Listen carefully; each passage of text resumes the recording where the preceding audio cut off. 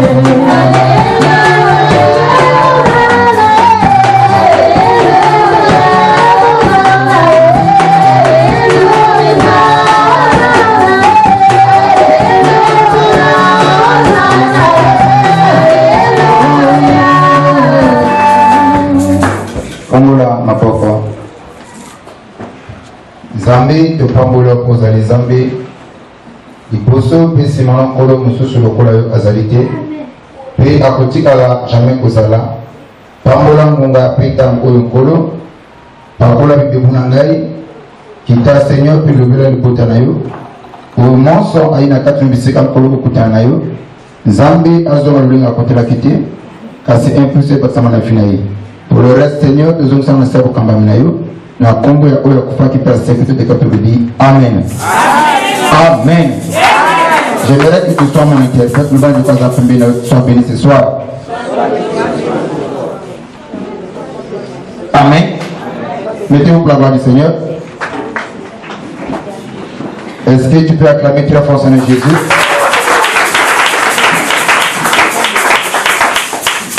Amen. Amen.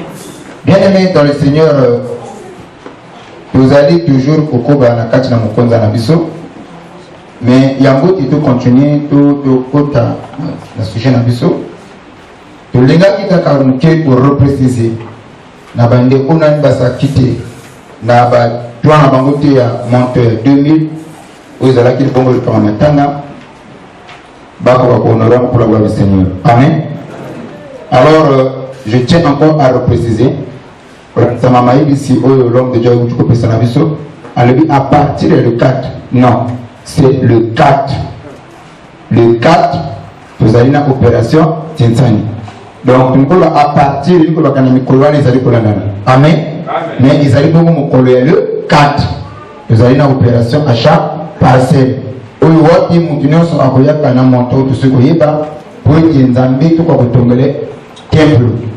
est-ce que vous n'avez pas est-ce que vous n'avez vraiment Jésus? Alors, et ceux qui réellement pour les Ginzambi, et vous avez la bonne préoccupation et mon union sur la côte à la Katobisika. Amen. Alors, il y a un gars qui le colle à mon kémo à la reprécision. Ntika, Nzambi na lola apa molabino.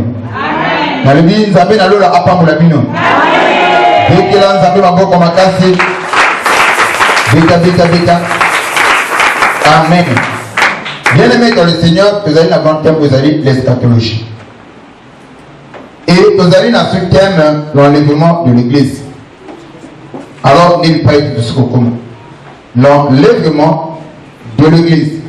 Au nettoiement, il y a Mangumba. Mais, bien-aimés, vous allez dans le cadre de la contexte, alors, de tirer sur moi, mon problème, il y a ce thème, sur la prédestination. Alors, na kati nango ezali na confusion et belé et ibaki na kosalam. Et donc vous allez parler sur l'enlèvement de la mbalamoko la poisson. Alors, bongo il faut pas pour la bisoté. Amen. Il s'agit d'abord de parler sur la prédestination isalinine. Et lesquels qui sont prédestinés? Parce qu'il y en a certains qui auront qui pensent que le corps azali est prédestiné. Alors, ça ne sert plus à côté de l'église, ça ne sert plus. Il y a beaucoup de gens qui m'ont connu à côté de l'école. Mais il faudrait que le Saint-Esprit a éclairé tout cela dessus pour que mon éclaircissement. Ok? Alors, on dit la prédestination, c'est quoi? C'est la décision de Dieu prise avant la fondation du monde d'accorder le salut aux hommes. Donc, décision ensemble, il y a qui n'a pas besoin. Avant que tu m'occupes, Ezalisama, il y a compris ça le bico na bateau et il y a mon pays prédestination. Amen. Alors, maintenant par là, sur la prédestination, et les peuples prédestinés et les peuples élus, n'est-ce pas? Un peuple prédestiné, c'est un peuple élu de Dieu. Ok? Si un peuple est élu de Dieu, c'est qu'il y en a élection pour salami. Vous comprenez? C'est qu'il y en a élection pour salami, pour pronami, zamba, poni, et kolomo, osogolo, pakala. Alors, par là, tu vois que Bishop de Gaba dit Kolo, nous sommes des nations. Ok? Mais ni la tribu à Baléouté, ni la tribu à Benjamin, ni la tribu à Manassé, mais Nazali congolais. Vous voyez-vous? Donc, Nazali peut mouiller d'athée. Vous voyez? Mais la Bible nous dit que Dieu a choisi un peuple. Il a choisi un peuple. Alors, ce peuple c'est qui? C'est Israël. Mais moi je ne suis pas Israël. Ok? Nazali congolais. Donc, quand on parle des nations, c'est nous autres là. Mais Israël, c'est le peuple de Dieu. Et le peuple de Dieu, bien aimé, le corps Israël est un peuple d'ensemble. C'est un peuple choisi de Dieu. Et non plus sur la nation. Vous voyez? Donc, après l'élection où il y a 4 écoles, a promis Israël comme étant son peuple. Voyez-vous cela? Alors, nous prenons d'abord la parole de Dieu pour nous éclaircir là-dessus. Dans le livre de Genèse, chapitre 12. Genèse 12.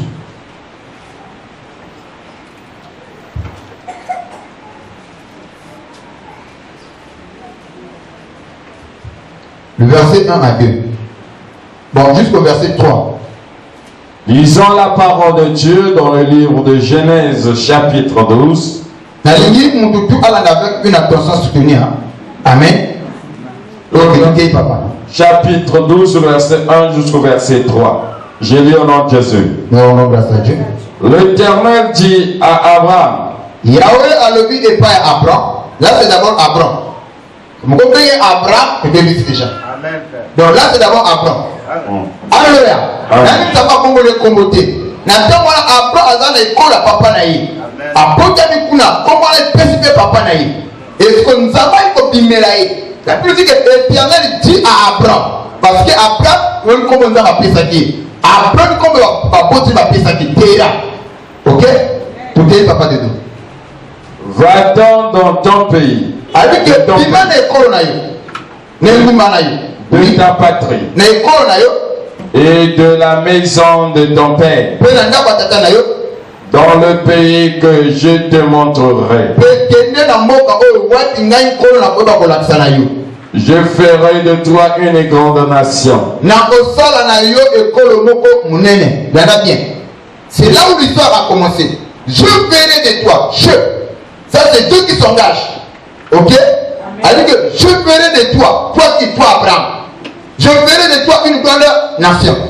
Ok, papa de Dieu. Et je te bénirai. Et je te bénirai.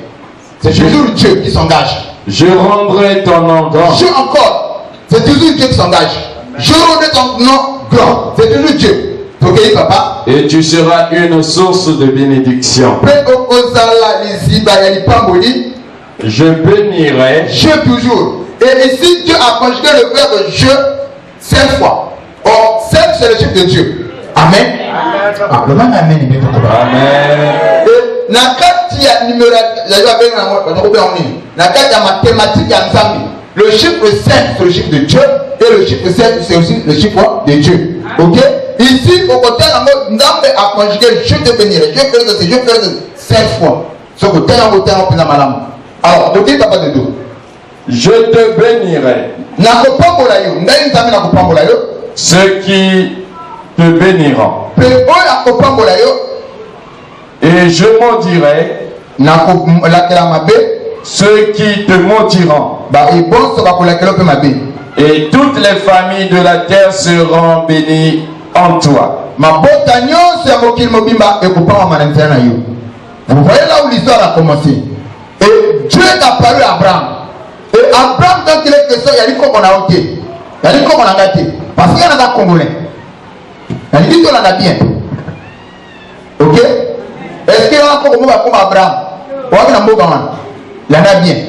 Donc, ici, les questions d'Abraham, nous avons bimé apprécié mon lycée. Ali bima, na commission comme munene. Ngai nzambe na kopambola bokita ina yo. Pe bokita na kopambola nzana ngai. Oya kola kala bokita ina mabe akola kala mabe. OK? Oya kopambola bokita ina yo akopambola mabe. Et cette parole a été attribuée à Abraham. Et cette promesse est présentée par la bokita ina Abraham. Na ba descendant d'Abraham. N'est-ce pas? OK. OK. Alors, pour le but que Israélite, c'est un peuple de Dieu. Alors, donc il y a dans le Moukana, Genèse chapitre 17, le verset 6 à 8. Genèse 17, le verset 6 à 8. Genèse chapitre 17, le verset 6. 17, le verset 6 à 8. Je te rendrai fécond à l'extrême. Ça c'est Dieu qui parle. Je te rendrai fécond à l'extrême. Donc, je ferai de toi des nations. Et des rois sortiront de toi. Abraham était le cola, nzete baoba babitape ya bakonzi bakobima na nzela na yo batominela bakobima na nzela na yo na mosisa na nani Abraham. Ok papa de tout. J'établirai mon alliance entre moi et toi. Ah yoka sikoyo nzamba zali koloba nini na koyeba kotia boyokani na ngai na yo. Oh l'alliance c'est l'engagement, c'est sacré. Muta comprendre waza? Là où il y a l'alliance c'est qu'on lié batomi balé. L'alliance est là que vous kangisa batumi bali, il y a engagement. OK, ils ont accord. Oh, nous a violé accord que engagement à Zalaka Mondi. Est-ce que jusque là je me fais comprendre? Alors Dieu établit son alliance avec qui? Abraham. Et papa de notre pays et tes descendants. Et alliance là là bien côté Makamuto Bandela. Donc quand Dieu établit son alliance avec Abraham, et il dit que l'alliance que moi j'établis avec toi, et les autres sont là, ils n'ont pas été. Bon, qui t'a dit là, c'est pas ça la carte à Boyokanuan. Ben, on a ma potabilité. Bazar d'office inclut la carte à Boyokanuan. Il y en a des autres ici. Voyez-vous? Vous devez comprendre où est-ce que là, ça? Donc, l'alliance d'Abraham, n'a pas été Isaac, n'a pas été Jacob, Jacob n'a pas limité, mais Bazar est déjà lié. La Boyokanuan, il y a Abraham.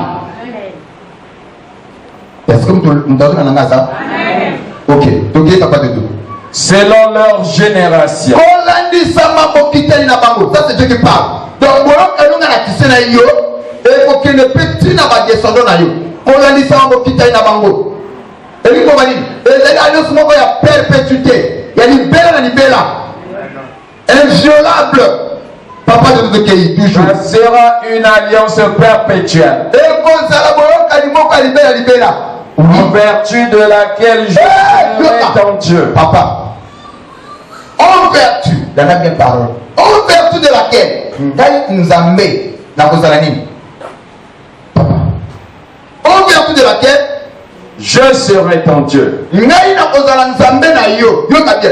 ça va aller au salut de condition. Et en vertu, c'est-à-dire, mon système est en haut. Et il faut tout simplement, oui. Et celui de ta postérité après toi. Donc, le fait que Abraham a dit au compte dans le Moyokai. Donc, par là, oh, toi, comme il m'a annoncé ça, Abraham, a coquille pour adorer Nzambé Moussou, on donne dans ma tatana. Il y a quoi on est Abraham? Parce qu'ici, Moyokai est clair. Et que alliance dans notre table entre Yonangai. Il y a alliance en vertu de laquelle nous avons Nzambé na yo, nous avons Nzambé na yo, Nzambé père au Kitaï na yo. Baron tu as bimé dans mon salaire, la cause de la peine, ça mène à Bango. Vous comprenez ça? Amen. Ok.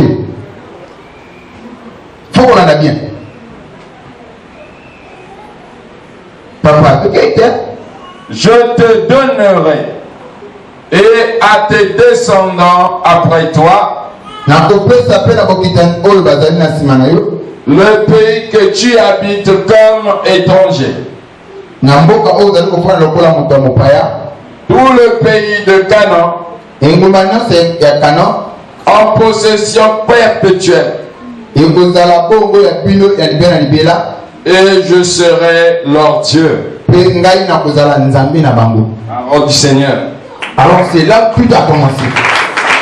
Vous voyez, c'est là où tout a commencé. Et il y en a certains qui comprennent mal. Vous voyez, nous avons fait une choix, une élection.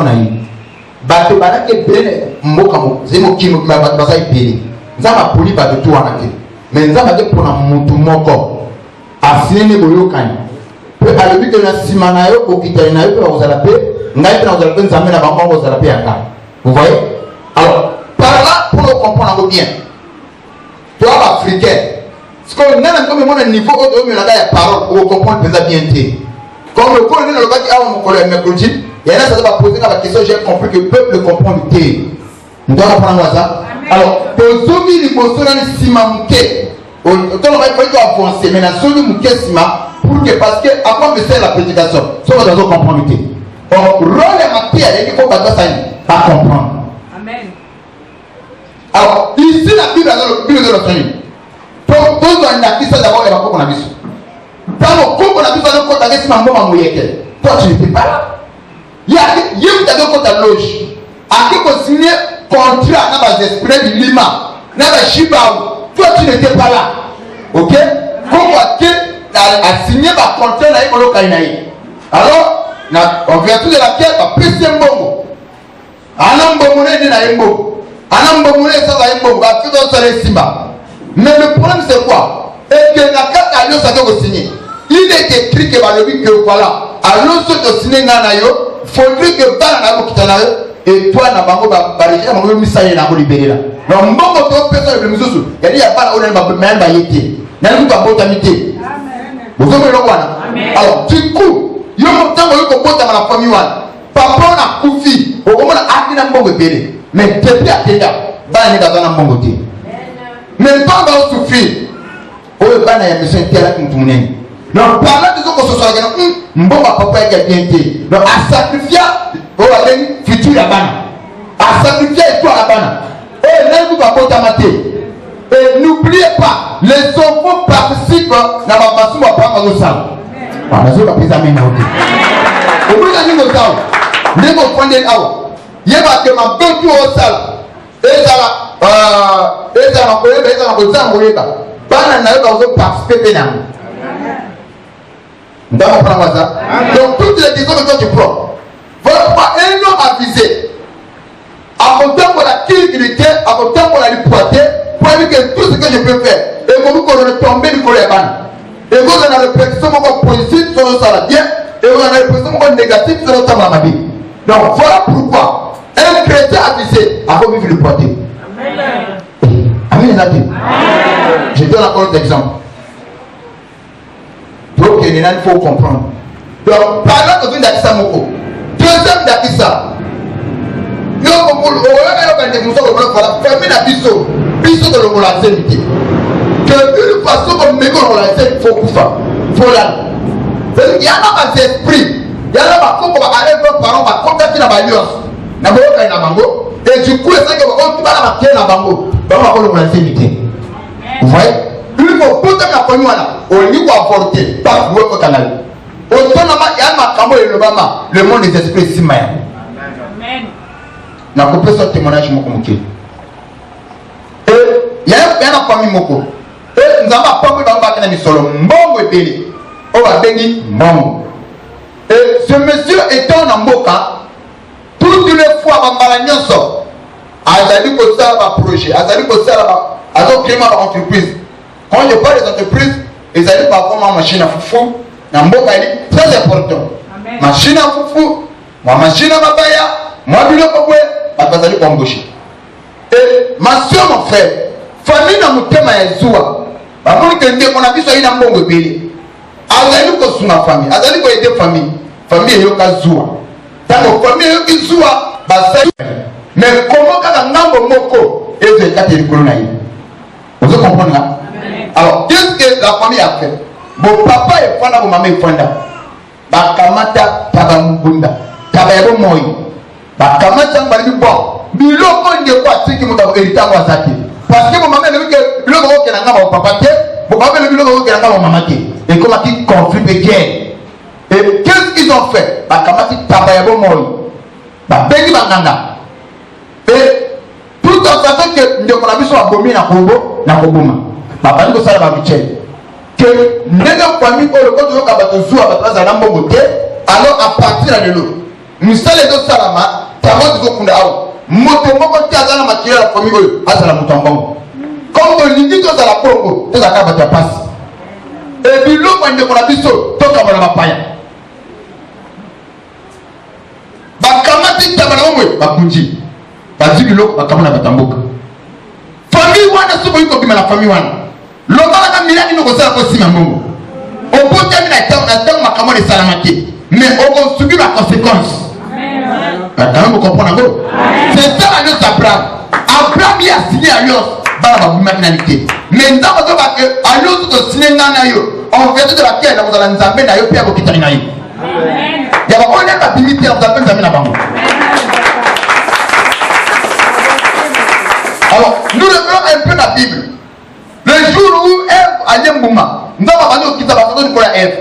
Alors que Ève, tu confronteras avec douleur et la grossesse. Au bout de la passe, vous pouvez dire les soins. Tu étais là.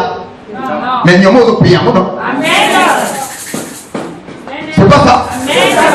Nous avons dit que mais jusque là, on ne peut jamais que vraiment moi, a pété à ça. Et là, je donne un conseil à maman, on est passé. Pas na toi, mais on a passé. Voilà. Il y a un moment qui a des sans douleur. Alors, ceux qui ont eu sans douleur, c'est que nous avons eu mon aussi. Moi, je ne peux pas dire, mais il faut soit. Mais comment? Pas si. Je me suis fait un peu. Je me suis fait un peu. Pourquoi comment ça? C'est pour honorer la parole de Dieu. Dieu ne ment pas. Je me suis fait un peu. Je me suis fait un peu. Allez, tiens. Je me suis fait un peu. Si on a dit que la insulté. Mais il faut mon abîmer pour ma bosse n'est pas sur Wana, ma bosse n'est pas sur Wana.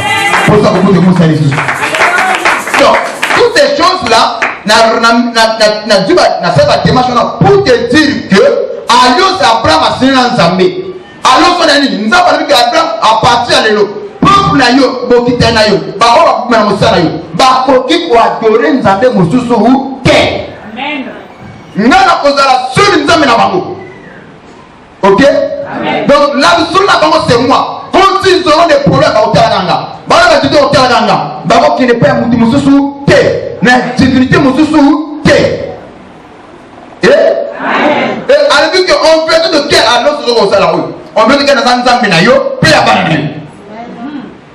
Vous comprenez? Donc par là, que Bano doit couper dans Moussa et Abraham, Bazan doit être un concours à Nzambe Moussou.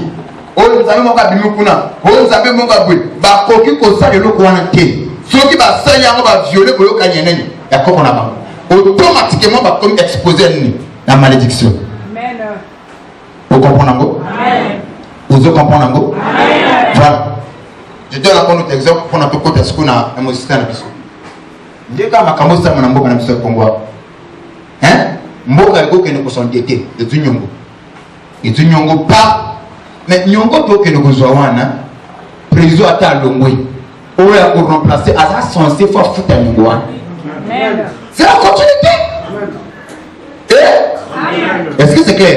Amen. Parce que le fait que ça a président mboka oyo. Ma to tel la sala jo ati na place na yo. Il faut foutre. On va dire que comment on est tel que pouvoir faut ça la continuité ça. Amen. Alléluia. Mais moi c'est clair. Amen. Parce que soit ce qu'on va makambo tu wana, ça ngi sengo ko memo ko to na zo lo ba. Donc, à lui, Abraham a signé dans Zambie. Nous avons en fait de la Kenya en Zambie, n'a eu peur de quitter. Donc, Bambou va pas adorer Zambie. Votre peuple Israël est un peuple monothéiste. Il ne peut pas adorer notre Dieu de Zambie. Mais cela est, et c'est précisément là, ils peuvent adorer au Bango Balingi. Jusque-là, je me fais comprendre? Ok. Là, je vais n'aboquer ma ligne. Je vais lire un témoin sur moi. Nous prenons de Genèse chapitre 32, le verset 26 à 30. Genèse 32. Ce que moi, Israël, c'est là pour comme comment. Genèse 32, le verset. Lisons la parole de Dieu oui. Dans le livre de Genèse 32, le verset 26 jusqu'au verset 30. J'ai lu en nom de Jésus. Et il dit, laisse-moi aller, car l'aurore se lève. Ici, c'est l'histoire de Jacob. Jacob, c'est là, nous avons simplifié pour avoir habitude à côté de Baranzambi. La Bible,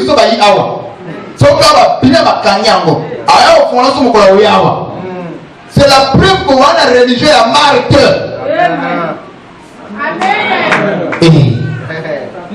Les martyrs, pas martyrs. Donc, sur la telle église, il va dans l'église. Vous êtes au fond, dans l'église. C'est la pignon à Kadi. Avant France, mon collègue sous Soya. Mawanayo. Sur la culture, on est en malédiction de Corona. Amen. Amen. Un chrétien doit manger la parole.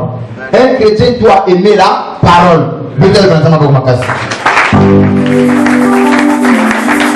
Alors, c'est papa de nous. Et Jacob répondit. Ici, il est question. Jacob Awa. A côté du peuple, c'est-à-dire Abraham a signé alliance dans Zambie. Abraham a signé alliance dans Zambie. Ce frère Abraham là, il a signé alliance dans Zambie. Aboti moi na liboso comme on Isaac. OK? Toke na ba Ismaël était. Toke na Isaac. Aboti moi na liboso Isaac. Isaac aboti ba na mibali. Esaú na Jacob. OK? Aboti ba na mibali wana. Ba na mibali mba weni ni pamboli. Taba weni pamboli pa. Lega weni pamboli pa Ismaël ko to pamboli Akimi. Côté Akimi quelque part arrivé la kataka butu a moni que tano connaît là-bas. Nanzela a pongi sade a kamate sikamo ko balali. Na ndako balali ya iko de moni c'est oyo. Là on a zoko éclaircir pour la bako batana la Bible terre. Et quand on a la Bible ko de moni c'est le vision, le ko la makambo sale milier. Et un nom du Seigneur a bimé la qui. Et quand on a bimé les ba potel butu mobimba. OK? Ya tinaminaï. Et quand on tire dans le tika aussi vrai que yo na émission na yebi nature na OK na yebi origine OK moi je te laisserai pas ne pas de ce côté est-ce que mutu wana bazo likena ye alors il voilà tika na kene pas ba que moi ya bete ça et dima ba ko bima ba ko lekana ndite ba mona ngai na moi etene la ngapete na dima d'ailleurs moi etene la ngata na miso abatu Jacob a lui nous aussi donc on tingamila ko na boti côté à moins que ça s'appelle ko tuanga. Au Pambolanga, au Pessablo, ok? Amen.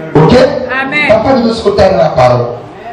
Et Jacob répondit. Jacob a dit je ne te laisserai point aller.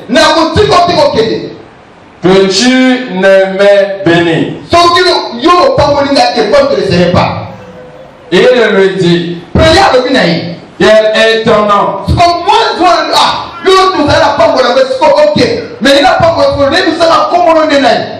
Il répondit Jacob. Et il dit encore ton nom ne sera plus Jacob. Pourquoi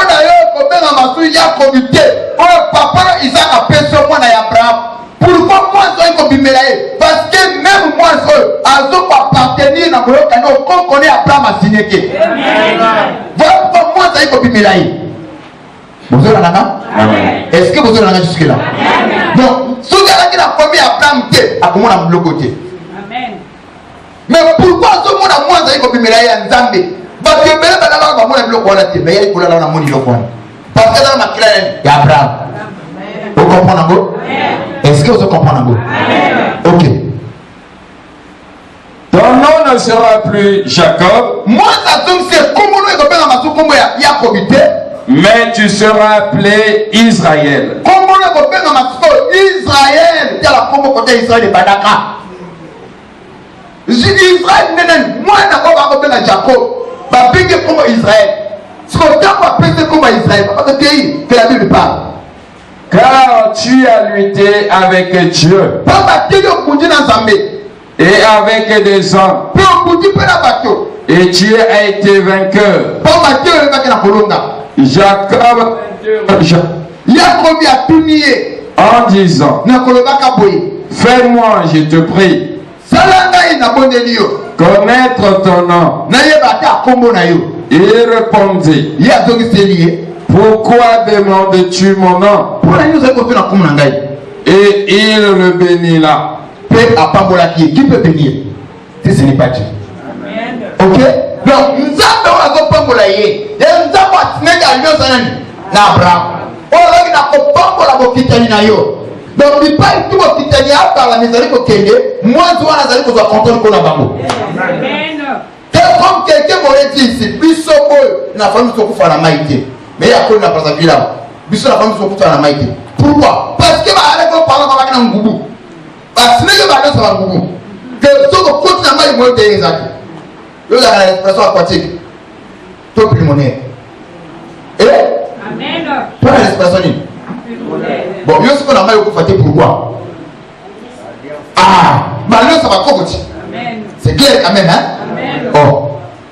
Est-ce que c'est clair? Amen. Donc, et puis, quand on a un bango tout, on va où tu as un maïwana. On va ça, il y a une famille tout le monde qui fait la maïté. Mais la famille, on a un bolo canina bangou.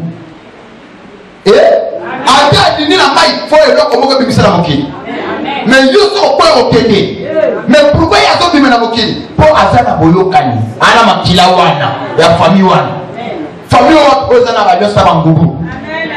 Et ici, moi, ça y est, comme il me l'a Jacob, parce que Jacob, papa, comme on a eu, Anna Boloka, Nanzambi. Nous avons dit que, allons, on met la quête dans la Nzambe de Père Kitanaï. Donc, nous avons dit qu'on est pas Nzambe là-bas. Si la famille au Pimeli, il y a la Makamabé Salama, automatiquement, on a capé. Putain, mais nous sommes au Pimeli, on est Mandoki. Maman, on pique là. Et on a attrapé yo. Voilà pourquoi tu dois combattre le bon combat de la foi. Voilà pourquoi tu dois prier au lingate. Ma combat au sungayo.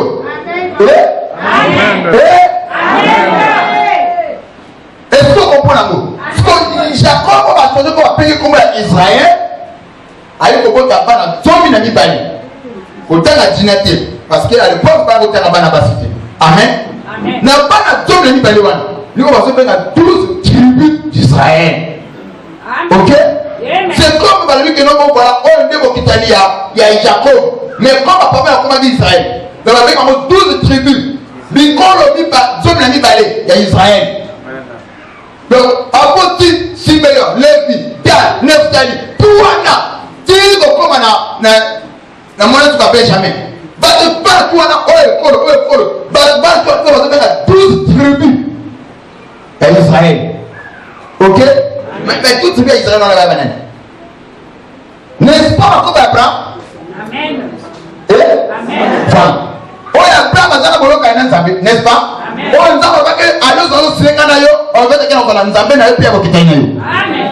là, je me fais comprendre. Hein? Ok, de malé. Parce qu'il a là. Alors, donc, la matinée à Lévitique, chapitre 10, le verset 11.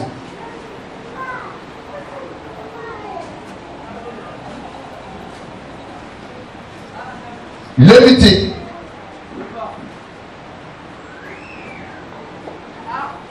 Chapitre 10, le verset 11.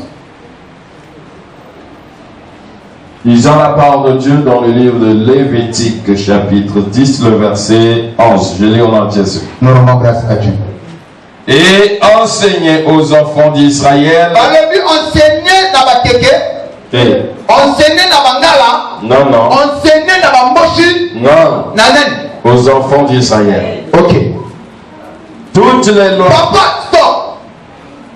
Papa, quand je parle de ces choses, papa m'a comment bien que tu dois comprendre la beauté. Alors, on a besoin que le ballon pour enseigner pour comprendre la beauté. On a une besoin de faire la beauté. Donc, l'élection de la personne à Israël, il y a une individualité, mais une collective. Et Dieu a choisi un peuple. Ok? On fait de laquelle on a entamé la bango. Mais pas la vision de la nation dans la élection, il y a un peuple. Donc, on a eu l'individualité. C'est pas toute la famille qui est bénie. C'est individuel. Mais l'élection, il y a un peuple à Israël. C'est une élection collective. Le peuple de la moine à Israël qui est béni. Mais ça ne va pas comprendre ma cambo. Je donne encore un exemple. En Israël, quand il fallait pas bima, dans Exode 12, ok? Quand il fallait pas bima, dans 4 Ngoumana, quand on a visé Moïse, Alvini, que Moïse a ok, kuna, oh, le gars a posé la œuvre bien, oh, on dit même le banana, il dit que bima. Non, va délivrer mon peuple. Amen. Papa, quel matin à Exode pour tous, tel matin pour tous les Lévitiques. Exode chapitre 3, où mon j'ai entendu les souffrances de mon peuple et les cris. Et il ne dit pas de quelqu'un, mais mon peuple, il porte un regard. Vous voyez? Exode 3, là je vais terminer quelque part.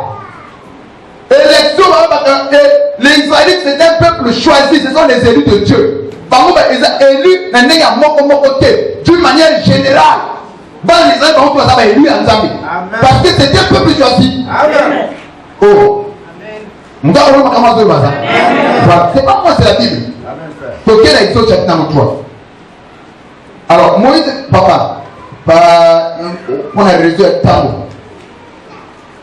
Tu prends directement le verset 7 jusqu'au verset 8. Exode chapitre 3, le verset 7. Oui. L'Éternel a dit. Ici, l'Éternel a dit à Moïse. C'est l'Éternel qui a dit à Abraham. Ce qu'on a dit à Abraham, bon, qui tenait Abraham, on a la kaki.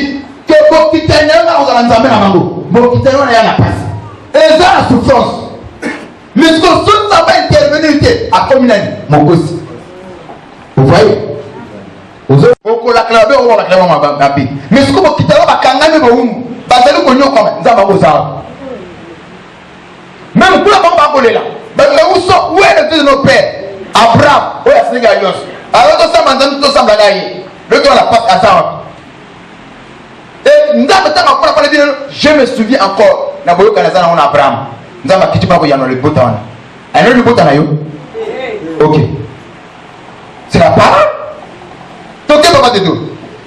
L'Éternel dit, j'ai vu la souffrance de mon peuple. Ici, j'ai vu la souffrance de mon peuple. Pourquoi faire mon peuple là? Parce que la peuple est là.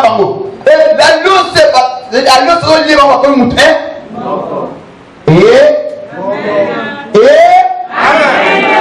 Le lot a mon peuple à Balayo.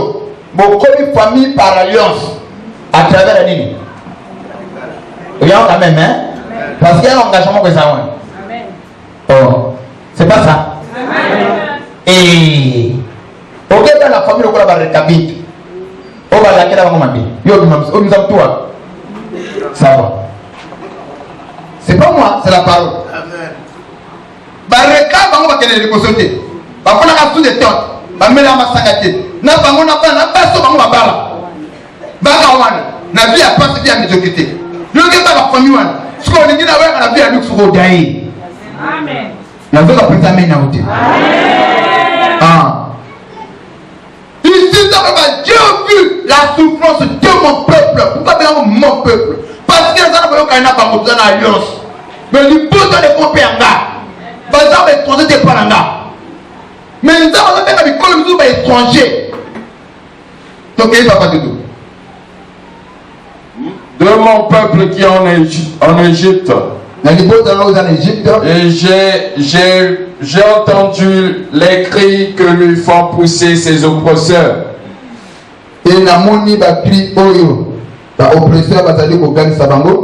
Car je connais ces douleurs. Je suis descendu pour le délivrer de la main des Égyptiens. Et pour le faire monter de son page, c'est bon. Vous comprenez quand même, hein? Amen. Ok. Jusque-là, vous connaissez bien? Amen. Est-ce que vous comprenez comment je le bas? Si vous comprenez, vous pouvez dire que c'est ma casse.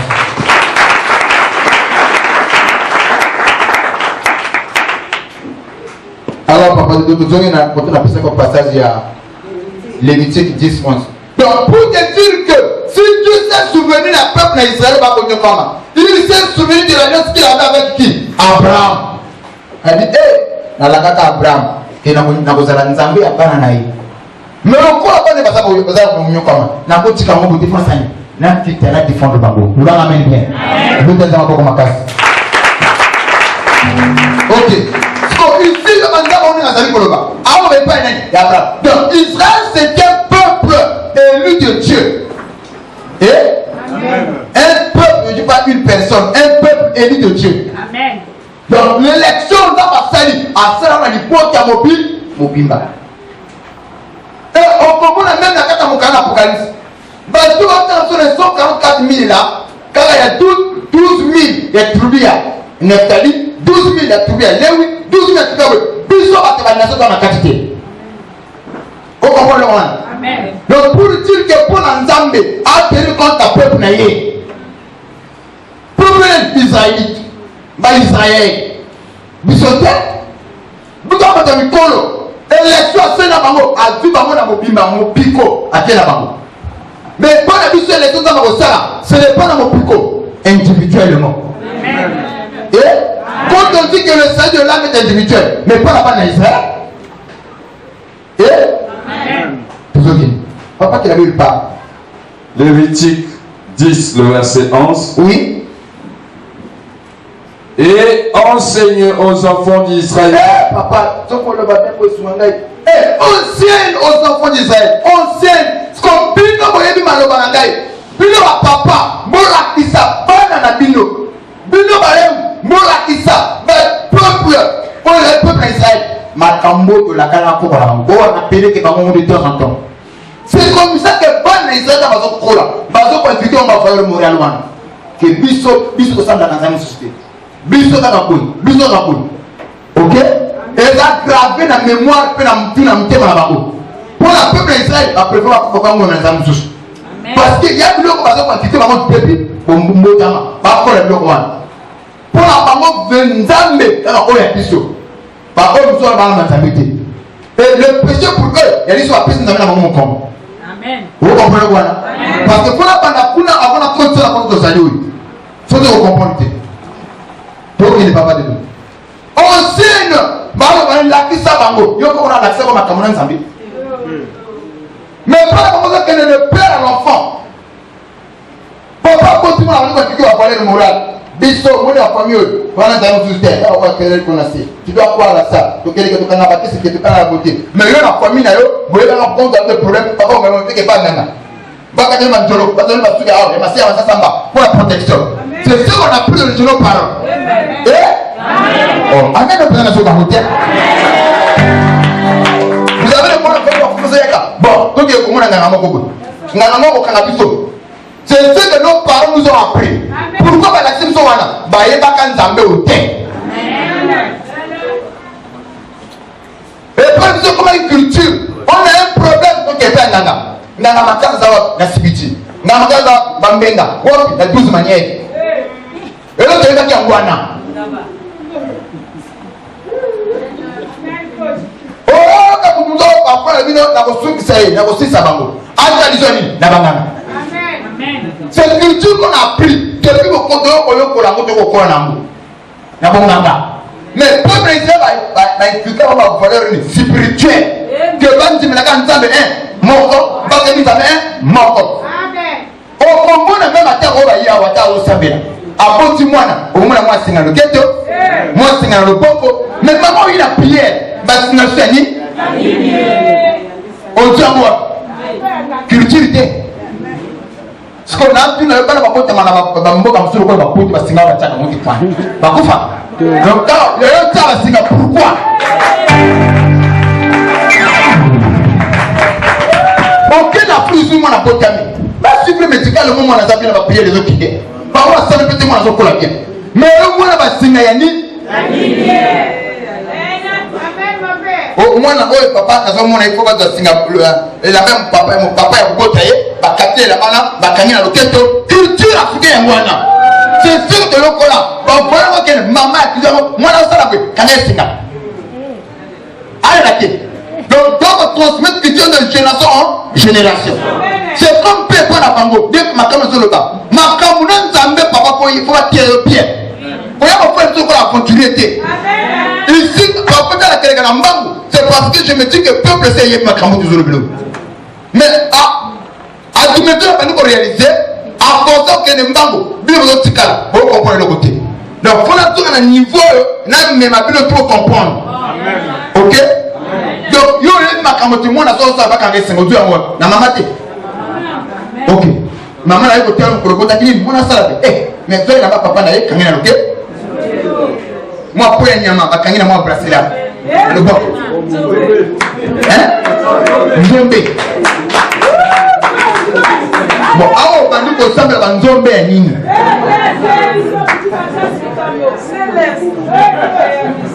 voilà mon kibo ete mwana on dirait que o ya kwe o a te fakimbo aya kina mnyongo donc bana minye ba na ba nyongo te na pote mwana aya na ba nyongo te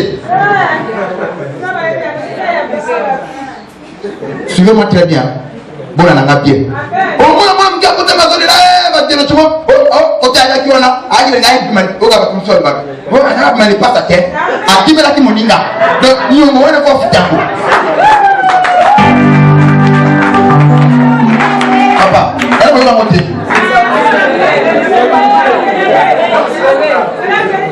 ya ba culture de vie na ba koko na biso na ba famille de premier c'est ce que papa va inculquer biso et c'est ce que nous croyons aussi parce que quand même on y au fond d'awa ata ba teyo mpona eloko ne bimé comme pro parce que on a un kelango et les autres je constate que c'est pas aussi moi là au moins na singa mais maman asambela papa asambela mais moi na singa bakanga nini culture ba répéter penza ya mingi comme na mtu so ko tete so mana nena kuti papa shimolunge luka parce que singa bakangite on dit moi maye wow faut bakanga singa ah non zamako bongo mwana isani bakeme pas toutes les lois la kisa na bana na Israël ici nzambe o azana boyoka na koko na bango ali na kuyi ke bana o bazo na muselo o bazo ko ignore mibeko ba ko papa mais bino ba te kozana connaissance amakambo de la kana koko na bango bo ba na kola tsela bo kitani na bana na bango ba pimi na famille bo la savon que biso na komita le tel mobeko kana ngata ko signa pour que bana ba za la modité ba ko na bitumbuke. Amen. Ok, donc papa de toutes les lois que l'Éternel leur a données par Moïse. Oyo kango. Ni pe konyo son kola ibaki na ko pesa na bango na nzela nani? Ya Mose. Mais bala kisa na bana, bala sana bateke. Bala sana bambiti. Na balari. Na bamoshi. Na banani. Bana Israël. Pourquoi bana Israël kaka? Mais diko ba ke beleti. Ba jebisa bazalaki ba pharisien ba guérisien OK ba égyptien ndama ba la fala ba mutu wana te mbola sana bana Israël pourquoi pas Israël parce que c'est mon peuple que moi j'ai choisi amen pourquoi pas Israël parce que nazana boyoka ina koko na bango amen amen jusque là je me fais comprendre hein?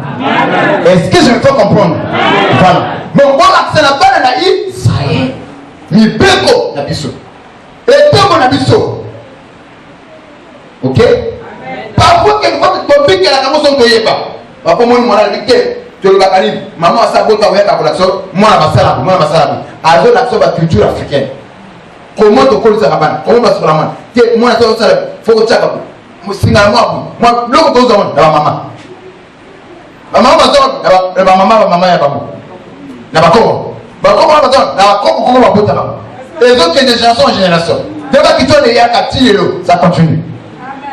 Même à temps où le monde a mon beau la même culture. Et mutu na mitu na kama koloso ke poto. Osa ni nusu ko chuma. Mutu na zote ne. Pour te dire que miloko wana, so do sala na mo parce que tu as la carte ignorance. Tu comprends nango? Alors, donc élection du peuple d'Israël et ça va d'une manière générale, collective. Nous avons connu le bon temps au bimba. Mais la puissance du corps, nous avons connu le corps, c'est-à-dire du corps tout est. Il y a plusieurs comme individuels. Et donc c'est la entre peuple de Dieu et la mission de la nation. La nation ne m'a pas donné de mission. Ok? Peuple ensemble dit pas la Israël. La belle peuple ensemble. Il faut qu'il ensemble et le monsieur. Même si tu as dit que ensemble, tiens, tu peux nous sauver du col. Mais tu vas sauver Nengenini. Alors, c'est là où lorsque l'apôtre Paul a eu le prix sa mission et l'autre prix sur ma casse. Nous prenons cela dans mon canal Romains 8. Est-ce que nous avons pas sauter? Ah, nous avons eu. Comment ça? Romains 8, verset 29.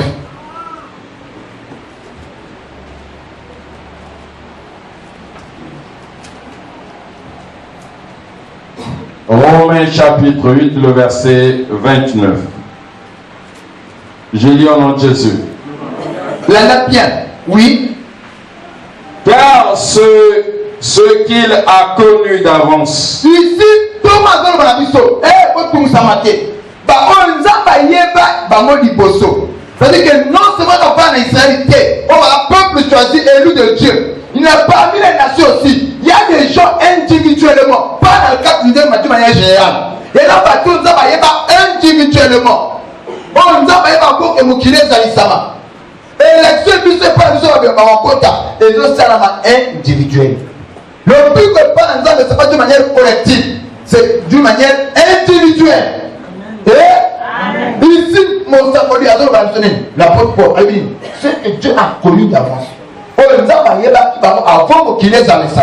C'est que parmi les nations, il y en a bateau qui ont été dans Zambie. On a préparé que on va continuer à servir. On va servir.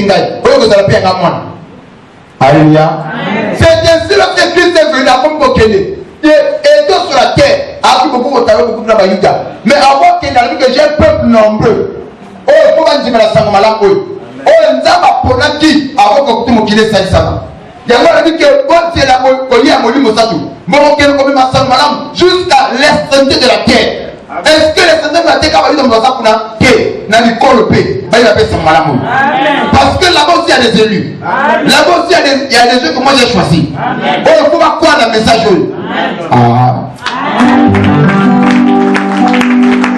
Depuis la connu dans votre pays, il les a aussi prédestinés.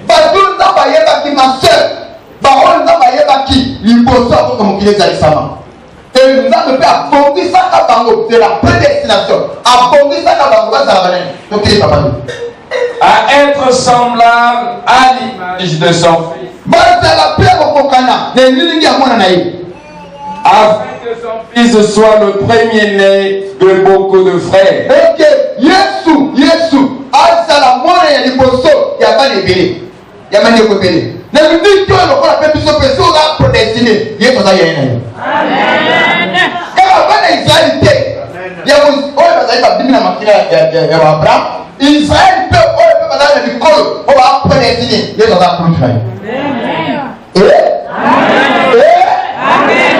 je veux pas comprendre jusque-là. Alors, en tant que race prédestinée, ok? Jusqu'à ce qu'on comprenne. Parce que Israël, nous avons fait un prédestiné. Nous avons appris que nous avons fait un peu de temps. Aïe, la famille, nous avons fait un peu de temps. Ok? L'élection la plus en côté, les années individuelles. Vous comprenez seulement? Les années collectives qui généralement mais individuelles. Même hier, on ne savait la cette maman ne voit pas en vérité. Amen. Ma femme ne prie pas en vérité. L'amour que j'ai pour ma femme ne la sauvera pas. Pour qu'elle soit sur le point de me la peine. Amen. Je peux voir, mais mes enfants ne seront pas sauvés. Amen. Oh, vous voyez la différence? N'a pas de Israël. Et pas les plus sauvés à la nation. Le salut de l'âme était individuel. Tu crois que tu seras sauvé. Au lieu d'église, on va tirer les gens, on compte à l'eau, mais pas dans tes terres. Tout le monde dit que les colotés, les amis, par Koufi. On va comprendre ça. Il y a une mort spirituelle. La Bible dit que quiconque vit dans le principe est mort, quoi de vivant. On tourne à même à travers Jésus-Christ, à la Koufi. Par là, nos papas, contre la mission. Il faut que tu aies un souci, et puis nous sommes là. Mais ta famille, elle nous a mis. Et ça la connaît. Est-ce que tu n'es pas de Dieu? Tu viens et puis tu parles la parole, mais où est ta famille? Tu pries, mais ta famille n'a qu'à le pélé, n'a qu'à la boîte, n'a qu'à le yéngé. Mais yo son djemé sans malam. Est-ce que les autres tu sauter? Il y a mon ami, c'est chrétien, ouais, comme il a volé ta pire. Ici, on a autorisé à voter. Amen, amen. Oh, papa n'a pas pris la décolangaï. Il n'a pas pris la maman nangaï. Toi, son vivant, ça n'a pas naï. Oh, toi, tu crois la parole, mais ta maman ne croyait pas. Est-ce qu'on a mais même un certain temps?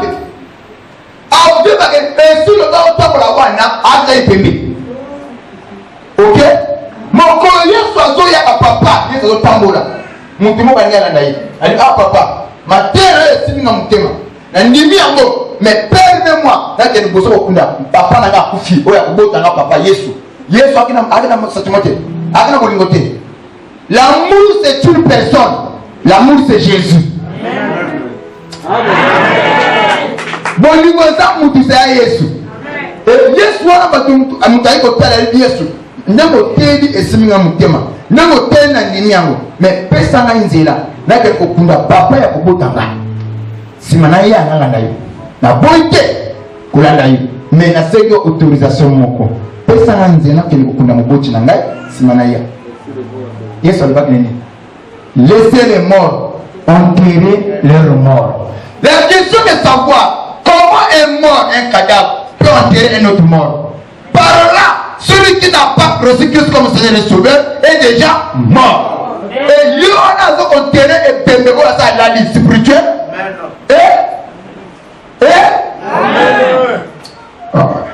On peut poser plus de ma caméra, nous allons comprendre. Là, tu vois qu'il est bien. Christ, on te met à quoi une zambe, a laissé les morts enterrer les morts. Maintenant, exemple, vous donnez Wanati. Bon, Yum Baba n'a pas fait Yesu. Wana qui soit posé par Yesu. Ah, vraiment, je comprends cette adulée, mes condoléances les plus attristés. Va enterrer, on se devient sur mon accueil à Galilée. Elle est bon côté. Il y a un papa qui est beau taillot. Mais il y a déjà mon coucher au Taka. Tika Bango, là, bateau va couper, va y bien gâter. Va couper dans Bango, na Bango. Mais il y a le polo sauté, ça m'a malam, oyo, comme mon abon moi. Il y a 4 bilangaï. Tika Bango. Non, il y a oh papa. Ma famille d'abord. Bananga d'abord. Baboli anini kolo. Baboli anini. Yo, de qui ça vient bolingo. Au même moment on a une église à Zolba, ma fille n'a pas simbaté. Nzamba yebi biso. Si nous me fondé là, il y a ma camarade qui n'est pas dans Zambété. Amen. Bato balingi Zambété. Mais balingi bilo kwa Nzambe. Amen. Après si n'a mente quoi se comprendre ma camarade. Balingi Zambé moi. Maman va Nzamba zo poste ma pangolia. Ya ngo mona côté bato zo kende mutalingi bato. Quand on a Nzamba ça a deux facettes. À la côté sauveur, à la côté Seigneur. Mais bato balina ko mona ka Nzamba ba mari. Bato ka Nzamba na côté ni. Seigneur. Ba mari bato ka Nzamba côté sauveur. OK? Bato wana religieux ya mari, bato ka Nzamba comme étant leur Seigneur. Seigneur pourquoi? Et le côté Nzamba ko le bato ça côté Seigneur. Mais bato ka Nzamba comme étant sauveur. Et là ma bala santé na nga makambo na nga vi na ngai bala na ngai. Bato ka Nzamba comme étant sauveur. Jusque-là, je fais comprendre? Ok. Est-ce que vous comprenez ma caméra? Alors, donc, parmi les nations, il y a aussi des élus. Mais élus, Ce n'est pas d'une manière collective, mais c'est individuel. Ok? Ne pense pas de moyen en maman. Au lieu de ça, yomoko otiki banandako. Que on a lola baloba au côté à travers konjimanayo. Non. Il doit aussi croire. Si elle ne croit pas, tout droit ni fait. Exemple ami balé kosungayo. Cet homme riche a Koufi. Mais il soit à Lazare, le pauvre. Cet homme riche a Koufi. Avec la bouille, Lazare ou à Kimobola na Samoui, na makolo Abraham. Yé, il fait le. Allez, qu'on a besoin Abraham. Allez, qu'on a besoin Abraham. C'est que nous ne donnons pas de Yuda. Allez, qu'on a besoin Abraham. Partout à Pondelio. Le ban Lazare a kamatata musapina tchana maya tanisana po auto moyi moto moko moyen te pour sa maille dans le couche. Histoire bien que non, il y a une totale séparation. Biso batito la ngambo tuko sauver batanga monate. Yeba ki nous de famille awa. Le moment où sauver pour nous connaître c'est maintenant. Le moment où sauver ba famille c'est maintenant. Mais après ça, il n'y a pas la solution. Amen. Ne pense pas que après au kufa na ko bisa mbongo na bengi ba prêtre na bengi ba toboye na que ko pesa ba sa purification avant qu'on t'a connaît le colo. Tu enrichis les prêtres en vain. Mais il y a ok tranquillement on dit filo. Amen. Ok, je vais appeler les prêtres, tu vas faire la messe. Donc maman n'a pas de non. Ma maman, pour la peine à ma prêtre, pour le corps de l'église, on a besoin de recueillir, on va commander la table. Après moi, 9h, pas arrivé du corps, 10h, la messe. Vous voyez que messe, avant qu'on ait le sang, il vivait la parole. Attends, quand c'est la carte d'église, maman nous fait la messe là-bas, on a tous les prêtres du Congo. Et là, ouais, il n'y a pas bas. C'est maintenant ou jamais. Je ne me vois pas que moi je viens à l'église. Dieu assume ma responsabilité. Mais tu ne crois pas mon Dieu. Tu ne crois pas le Dieu que moi je crois. Et vous marchez. Je vous dis ce que c'est. Vous marchez. Parce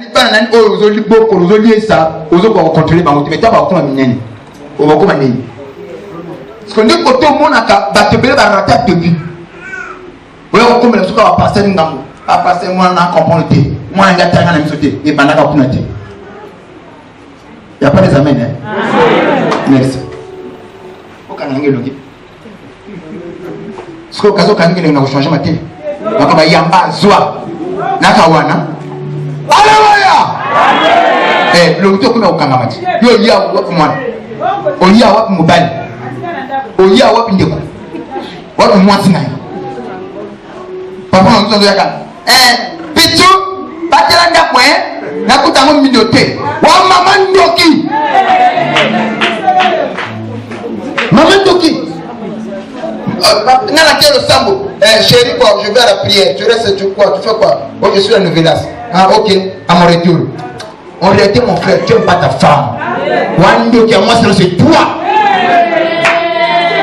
Il n'y a pas les amens, hein? Oh, tu vois, moi, c'est un gars de sambo. Maintenant, mon tu le périmètre qui est dans ma taille. On la voit. Quel est ce monsieur-là?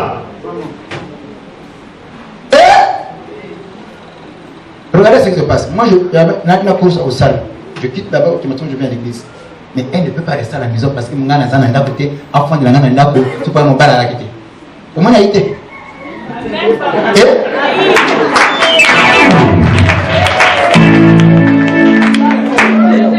S'il n'y a pas la parole, il n'y a pas de love. Il n'y a pas de je t'aime. Il y a tel papa. Si Christ n'est même de fond dans la bataille, ce que Christ n'aime pas Dieu. Il n'y a pas que aux ennemis, non, c'est moi. Et aussi vrai que tu aimes Dieu, vous allez bien aimer. Aussi vrai que vous pouvez s'en ensemble, vous pouvez pas en avoir. Voilà, c'est comme ça.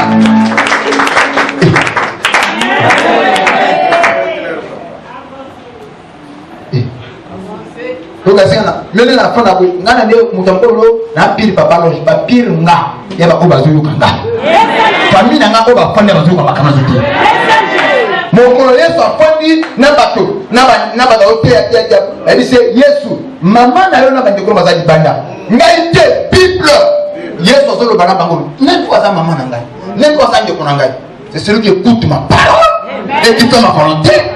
C'est ça, moi, je me ok? Pilga, il se fout.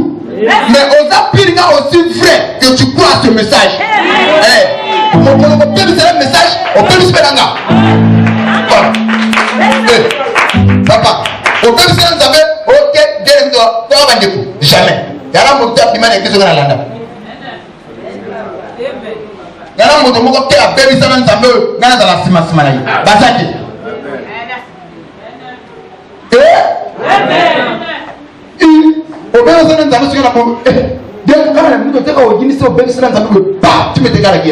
Parce que toute ma vie c'est ce monsieur là. Je ne vis que pour lui. Amen. Oh Jésus. Aussi tu crois à ce message. Tu crois à la parole. On a la catholique, donc si réellement tu crois à la parole de Dieu, il faut pas te couper ça là. Oh bien aimé, sois béni. Mon collègue là, oh, Yongana, mon Dieu. Il y a un moment où on a la voiture à coopérer là-bas, là-bas,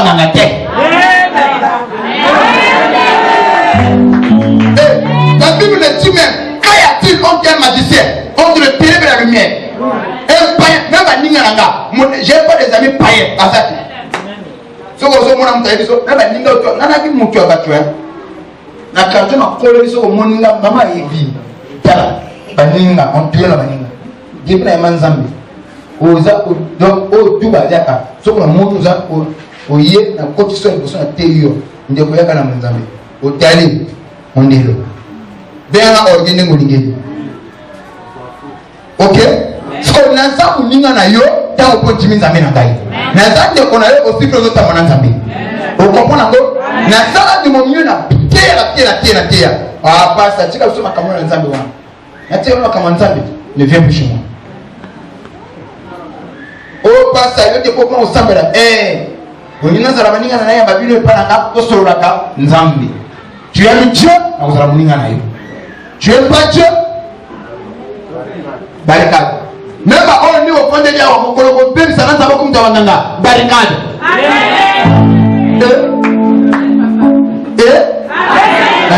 Et là, on est sorti. Il y a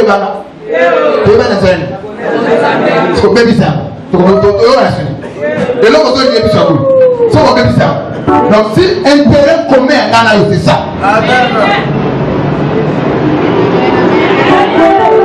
Après, on va se comprendre.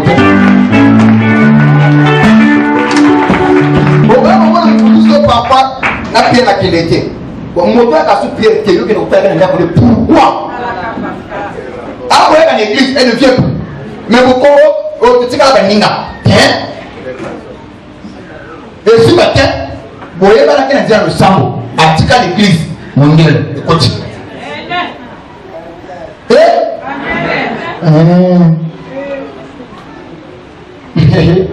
Ce qu'on a posé à l'église, vous voyez, va commander au papa l'ange. Alléluia. Mais aux âmes de Konanga, vous savez, vous devez croire la parole de Dieu. Ta prière, il faut sauver Bamo. Ça veut dire que si tu crois au moins, tu seras sauvé toi et ta famille. Sauver la négénie, la bitumba. Ok? Bitumba, comme tu pries beaucoup, nous avons invité mon témoin de la frustrer à battre une de Konanga. À protéger parce que toi tu es là. Et mais au temps de mon côté de l'école, il doit aussi croire. Voilà. Est-ce que c'est clair? Que la sœur était là pour destiner. Que le frère de la nation a pour destiner. Les signes, premier signe. 1. Il y a des signes qui montrent que on a prédestiné. On a élu de Dieu. On a une personne choisie de Dieu avant la fondation du monde. Que Dieu était dans sa pensée. Quand Dieu créa le monde, toi aussi dans sa pensée, tu étais là. Quels sont les signes qui montrent? 1. Un élu ne peut jamais nier la parole de Dieu. C'est ça le premier signe. Mon doigt, ça, mon ami, un prédestiné, il ne peut pas nier la parole de Dieu. Quand la parole de Dieu est prêchée, un élu, il a le devoir, il a l'obligation de la croire et de l'accepter. C'est ça le premier signe. Ok? Ok? Voilà. bango ndakisa dans Jean chapitre 4, le verset 15 à 19. Rapidement, papa de Dieu. Un élu ne peut pas nier la part de Dieu. Quand tu vois quelqu'un qui vient à l'église, bah, qu'il y ait de jeunesse à l'Apocalypse, à comme le c'est que la personne n'est pas prédestinée à la chose. Mais il y a des gens, quand il arrive, automatiquement il s'identifie à la parole. Il croit la péter. Parfois, quand il est là, mais il a à comprendre. Il y a quelque chose en lui qui lui dit que c'est ça la parole. Accepte-le, crois-le. Pourquoi? Parce qu'il est destiné à la chose. Un élu ne peut pas nier la parole. Ok? C'est comme je posais une question à un de comment. Mais comment tu as fait pour une école? Hey papa, je ne comprends pas. Mais dès le premier jour qu'il a posé, qu'il me suis reconnu, j'avais su. J'étais fait que la Salamaka, il a moi su. Oh, frère, tu la connaissais ou non? Mais dès le premier jour, dès que je l'ai vu, comment vivre la ponaï? Et c'est ça, la profondeur appelle aussi la profondeur. Ok? Voilà. Vous connaissez l'histoire des âmes sœurs, hein? Un élu ne peut pas nier la parole de Dieu. Jean 4, verset 15 à 19. Papa, répétez-moi, Jean chapitre 4, verset 15 jusqu'au verset 19. Je lis en nom de Jésus. La femme lui dit, moi aussi à ton ici. Seigneur, donne-moi cette eau. Bon, c'est là. Moi, monsieur, à moi, c'est un Numba. Elle ne vivait pas sa vie. Ok? On va une femme samaritaine. Avant que la vie à mon Numba, vie à mon sortir piloté. Mon corps a coûté à Yesu. Yesu a levé ma cam. Dans une minute, mon kil. Regarde ce qui se passe. Yesu a coûté à Yesu. Mais dans l'espace, il y a 30 minutes. On a passé le premier à Yesu. Elle a crié. Abiyé sur la kumba, moi son abanda, moto a évité avec un azali ziba mai. Moto mon beaucoup quoi aller azali ziba. Ah, il y a que moi un azali ziba mai. So ko melin mai nangai, vous avez la pose à maïté. Moi ça m'a qui va vraiment moi ma kolo, pesa na mai na romo yoani. Alors pourquoi donc quoi que mutu, papa, c'est qui je vais raisonner. Yo mai, il doit me ziba. Yo za mai, d'abord na mai, elle devait raisonner. Mais la femme n'a pas raisonné. Automatiquement, elle a cru. Pourquoi elle a cru? Parce qu'elle a été destinée à la chose. Amen. Et c'est la preuve qui prouve que cette femme était un élu de Dieu. Alléluia. Afin que je n'ai plus soif. Et que je ne vienne plus puiser ici. Va, lui dit Jésus. Appelle ton mari et viens ici. Stop.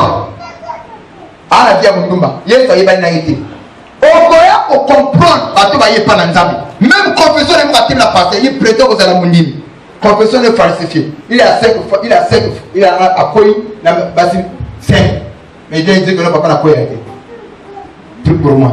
Il dit la parole. Tu n'es pas un élu. C'est la preuve que tu n'es pas un élu. Un élu ne peut pas nier la parole de Dieu. Mais bon, adore la confession. Mais la femme là a eu un inconnu. Elle me voit, appelle-moi ton mari. Quelle était sa réponse? Allah sincère, vous êtes un inconnu. La femme répondit, moi ça aussi. Je n'ai point de mari. Pourquoi il n'y a pas de mari? Mon colonel sincère. Pourquoi? Elle ne pouvait pas nier la parole. Tu viens et tu argumentes. Parce que tu n'es pas destiné à la chose. Amen. Parce que toi, il n'y a pas la profondeur. Amen.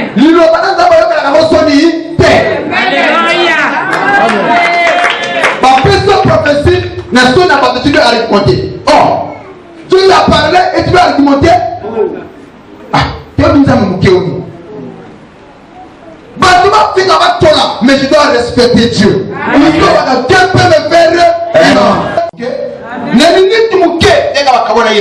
Elle a évangélisé tout Samarie. Samarie, tout a gagné en Christ grâce à cette femme. Combien de temps à l'excellence, tu vois, tu ne pas. À quel moment on a béni, bateau. On m'a séparé. Ils se sont repentis. Bateau va dire, que nous avons fait, ce n'est pas parce qu'elle a parlé, mais parce que nous-mêmes avons fui. Mais mon toi, c'est qui? C'est la femme. Depuis, il y a qu'à bateau nous maintenant. Depuis, il y a bateau nous évangélisant. Tu prétends aux élus. Famille d'ailleurs, zéro. Mon père, nada. L'école, nada. Nambara Yesu, Nambara Yesu. Nalola, Nalola. Nabatem ta question. Ah, hypocrite. Là-bas, il n'y a pas des amens, hein? Amen. Donc, un élu ne peut pas nier la parole de Dieu. Voilà. Un élu s'identifie automatiquement à la parole de Dieu. Et ok. Luc 23. Nous collons. Encore au terre, le Colossiens. Luc 23, le verset 39 à 43.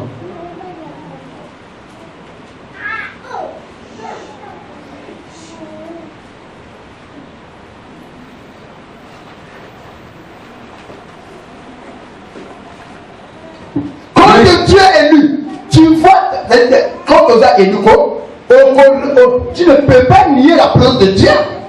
Tu ne peux pas nier l'ignorance d'Amé. Automatiquement, tu dois chercher à t'identifier dans tout Bible. Moi, au voyage, quand la parole de Dieu sort, c'est que bien on parle. Et par là, et comme vous la devoir, il faut piquer même. Oh, le cas, ce n'est pas un homme qui m'a parlé, c'est Dieu qui m'a parlé. N'a pas que je suis bien engagé. À tel que vous avez jamais. Batebi so masanga ko mera masanga te ah mo pone na mela masanga te yo ko mona ta ko sa mani ata fona ba ta manenge ni ba pesa masanga ko mena te. Pourquoi tu t'identifies à la parole de Dieu? Pourquoi tu es un élu? Tu ne peux pas nier la parole qui vient de sortir, papa. Yo ko mona kuku ba na bien le Dieu au tien sama kolo. O ko ma ba tu menza ko manier. Papa, tu as la Bible. Un élu s'identifie à la parole de Dieu. Ok, t'as pas de nous rapidement. Luc chapitre 23, le verset 29 jusqu'au verset 43. Oui. 39 à 40. Rapidement, papa de nous. À 43. Ok.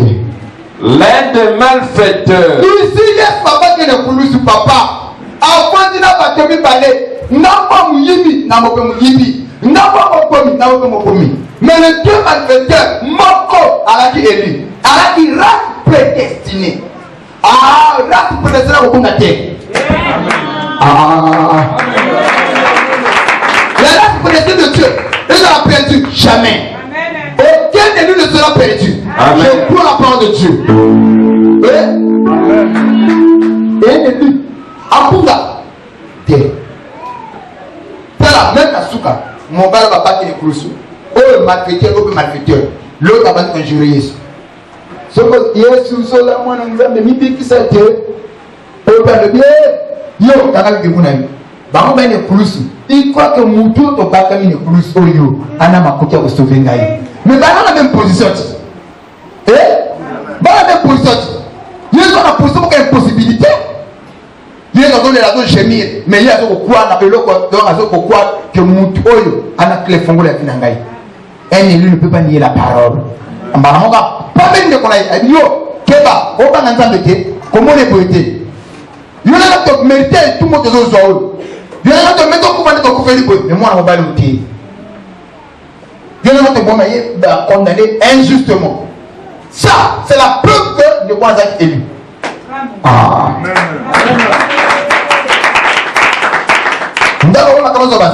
C'est la preuve qu'elle ne va pas vous prendre c'est un élu. Un élu ne peut pas nier la parole. Un élu ne peut pas nier la parole de Dieu. Un élu s'identifie à la parole de Dieu.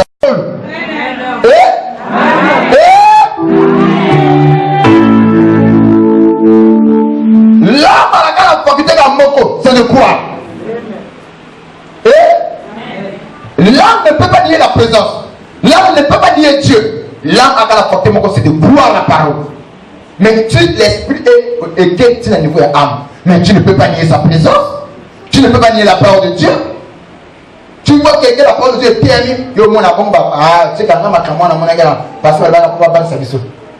Parce que tu n'as pas le Saint-Esprit au niveau de l'âme. Un élu a le Saint-Esprit au niveau de l'âme, pas au niveau de l'esprit. Merci. Là, j'ai corrigé. Hein? Je dis qu'un élu a le Saint-Esprit au niveau de l'âme et non au niveau de l'esprit. Vous comprenez, Ango? Est-ce que je fais comprendre? Alors, regardez ce qui se passe. Quand tu as le Saint-Esprit au niveau de l'âme, on comprend pourquoi, que toute la parole de Dieu est infaillible. Amen. Chaque écriture est inspirée de Dieu. Ce n'est pas seulement une partie de la Bible qui est inspirée et l'autre ne l'est pas. Non. On peut croire que toute la Bible est inspirée de Dieu. Et l'écriture autre la Bible, elle est faillible. Aucun diamant peut tu vas aussi la respecter. Ok? Mais quand tu vois quelqu'un qui doute de la parole, c'est qu'il n'a pas le Saint-Esprit. Ce n'est pas aussi, il n'est pas destiné à la chose. Il y a des gens qui n'ont pas de au confond de terre, la qui s'est au lieu de ma cambotou. Ah bah bon, au lieu de nos frères, mais là, ma sangana kotikate. Tu as vu de comment on à catholique. Le jour où on parlait, je lui ai dit noir sur le blanc. Donc ça a débat naïf. À qui peut au groupe appel de Rita. C'est un frère là. À qui secrétaire à ta groupe moi. La frère. Dans la tête, nous sommes de partager naïf. Je dis, tout le monde là. Papa Longe, pour le gouvernement, c'est vrai, la papauté, il y en a bloc comme ça, à côté de la religion, la carte qui n'est pas publique, mais au lieu c'est vrai. Mais malheureusement, tu ne peux pas sortir de catholique. Je suis désolé. Donc pour le plan hôtel, si on a raison, mais catholique, c'est ma vie.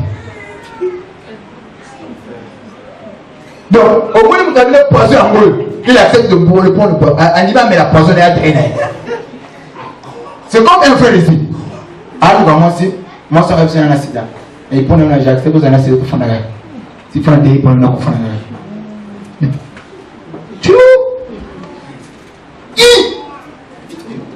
Tu as vu comme il est. Pas moi. Et dès le premier accident, maman, merci. Non, maman. Moi, j'aime la vie. Alléluia! Au fait, c'est un métier que c'est un tout. Il y a le billet. Pendant que le docteur il savait que si on a un poison en gros, on va m'adapter. Mais il y a des gens ici qui peuvent ça n'importe quoi. Vous voyez que non, en faisant ceci, je dévie le salut qui est en moi. Dans un coup, sa relation avec un Nzambé. Non, il le fait quand même. Ami l'unité, il. Là, comment tu coupes un poison, papa, on a coupé un poison en gros. Assis dans le gros, mais tu as au 4 à 4 ans, et puis ça va la mienne. Pas moi. Dès que vous avez assis, tu as comme un béni. Moussika. Tu aimes Dieu? La prière du matin. Au lit Jésus. Tiens, vous avez gagné. La terre, tu aimes Jésus? Est-ce que tu aimes Jésus? Amen. Est-ce que tu aimes réellement Jésus?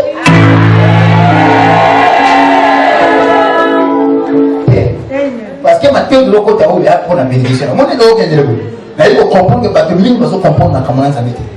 La prière sur mon prière par la message. Est-ce que tu aimes réellement Jésus?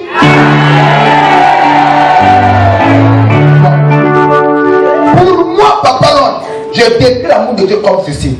Si réellement tu aimes Jésus, tu dois aimer ce que Dieu aime et haïr ce que Dieu aime. En tant que chrétien, on appelle moi Abraham. Or, si vous appelez Abraham, on appelle Abraham. Donc, de ton côté, tu ne peux pas servir un autre Dieu en dehors de Dieu, le Créateur. Si vous avez au violet, ça peut qu'on Abraham. Parmi les deux enfants d'Abraham, Abraham a bâti Ismaël, a bâti Isaac. Ok? Ismaël n'est pas musulman. L'islam est une naissance à travers Ismaël. Isaac, il est chrétien. Et la Bible dit tous ceux qui ont la foi en fils d'Abraham. Ceux qui appellent fils d'Abraham. Donc, ils sont dans le micro. Le fait que tu as dit que tu as dit que tu as dit Abraham. Donc, tu as dit Israël et tu ok? Je chante de fort. Et là, tu es poteau. Ce que vous avez un canard. Vous avez mis ce que vous avez sorti dans la maman. Vous avez posé notre terre. Vous avez citoyen dans la maman. Vous avez même droit qui n'a pas autochtone dans le monde. Est-ce que c'est ça? Voilà. Est-ce que tu comprends ça? J'ai un pasteur ici. Toute sa famille à la poteau. Asa considéré comme citoyen américain. Azo resté dans le Amérique. Comment ça lié à ça de deux façons là? Avec le papa n'est pas considéré comme étant citoyen américain. Tout le monde, même ses enfants, dans mon Canada, va être un citoyen américain. Mais les Américains vont il y a Congolais et puis ça. Alléluia. Donc,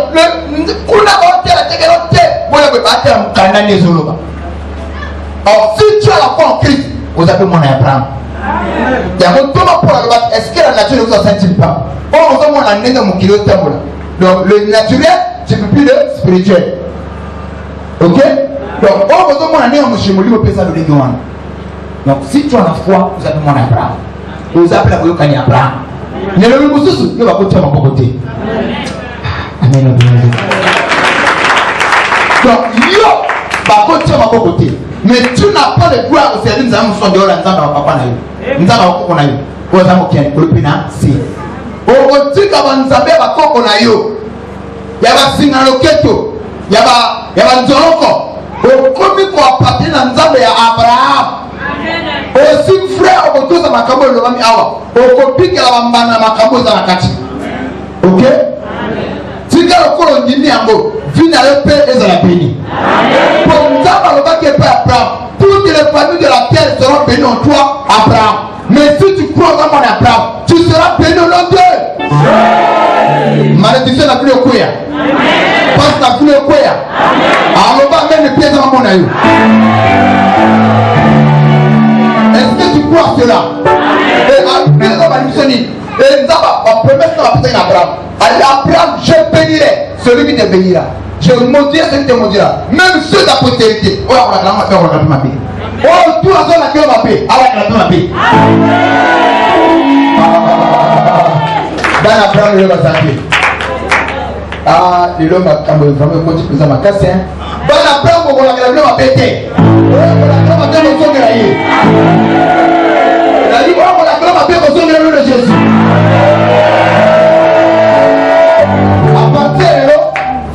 Aussi maman Zandé.